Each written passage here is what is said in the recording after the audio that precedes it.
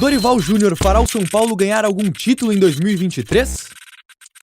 Olá, estamos juntos mais uma vez. Campeonato Brasileiro vivíssimo, aí tem gente subindo, gente descendo, gente que vai ficar na mesma posição, tem aqueles que estão tremendo com a zona do rebaixamento e alguns sonhando com a liderança do campeonato, mas esse é um sonho que vai ser duro para ser concluído, já que a vantagem do Botafogo é larga para valer.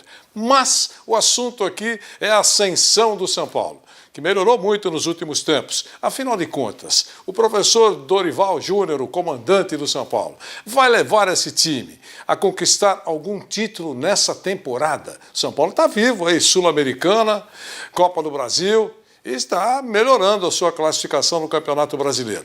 Essa é a pergunta nos bastidores. Eu estava conversando com o Flávio Prado sobre isso, ele que é exigente para valer, né? É um terror nas suas análises. Flávio, o professor Dorival ergue um troféu com o São Paulo? Olha, Vanderlei, eu gosto muito do Dorival, você gosta também, a gente torce muito por ele para que consiga. Mas é bem difícil a tarefa, bem difícil a missão. Na Copa do Brasil, eu vejo o Flamengo com enorme favoritismo. O Flamengo, para mim, é bem favorito mesmo.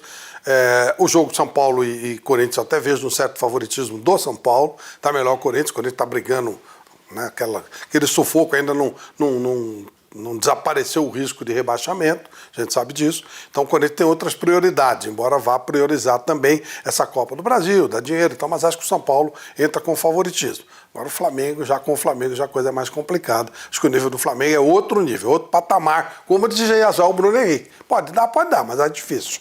E na Copa Sul-Americana, onde a gente o São Paulo é a missão mais fácil, o ano passado, né, chegou na final, só que esse ano a coisa engrossou um pouco, né? O Botafogo está lá, o Red Bull Bragantino está lá, que os dois times estão jogando melhor futebol no Brasil hoje. O próprio Corinthians, bem ou mal, passou. O São Paulo vai enfrentar o São Lourenço, time argentino, você sabe como é que é.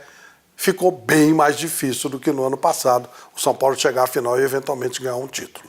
Olha, Flávio, o que aconteceu com o São Paulo nessa temporada, para mim, é surpreendente.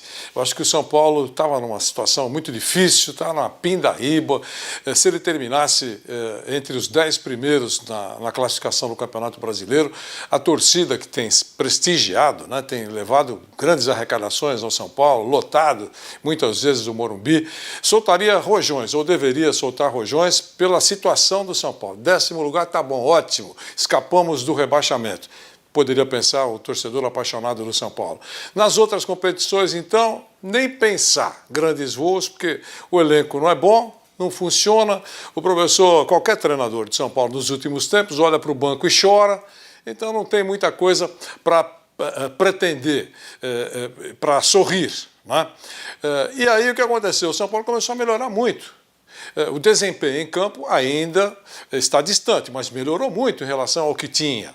Aquela palavra-chave do Dorival na apresentação, não sou mágico, não tenho varinha mágica, mas eu quero comprometimento.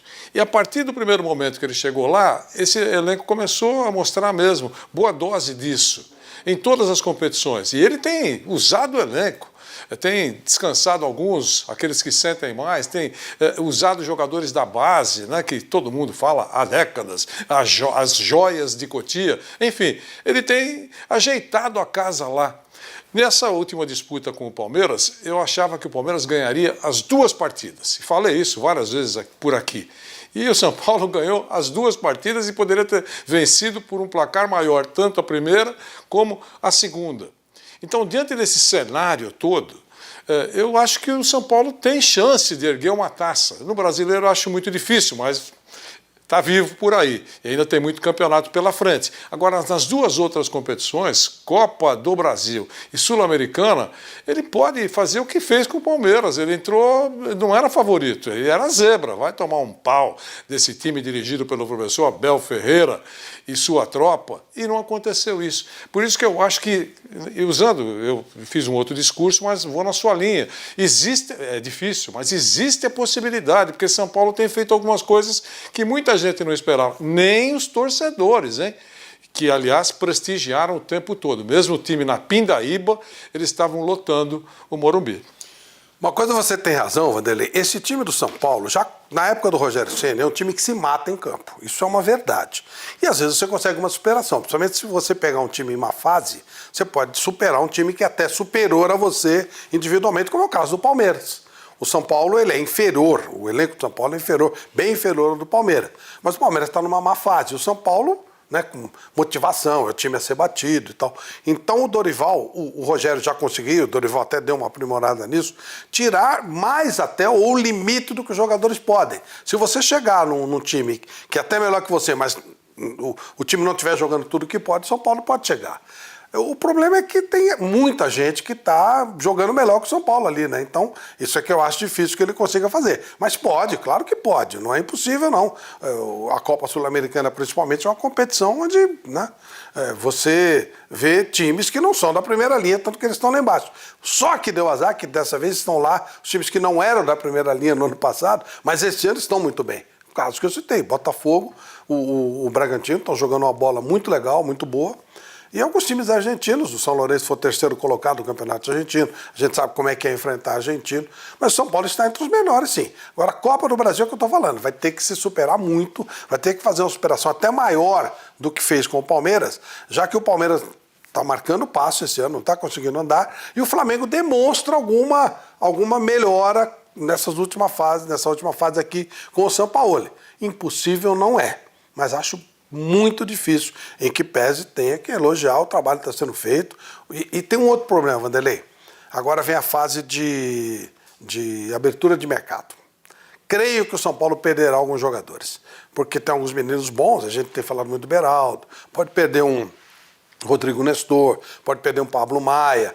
E o São Paulo não tem uma fartura, né? Como é que vai repor jogadores assim? É difícil. E também isso pode acontecer, você sabe, né? Se tocar o telefone, o presidente Júlio Casares não tem nem como se negar a atender.